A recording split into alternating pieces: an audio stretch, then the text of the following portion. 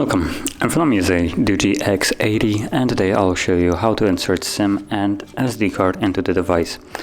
Now to get started we will need a SIM eject tool, as I have one right here. Now this comes provided with the device in the box, but you can always use a paper clip and straighten out one of the ends of it and it should work just as well. So from there, let's pop out the tray, which is located on the right side, it looks like, right here. And from here, once you take it out, you have space for two different SIM cards and one SD card. So place them accordingly. I'm gonna place one of each.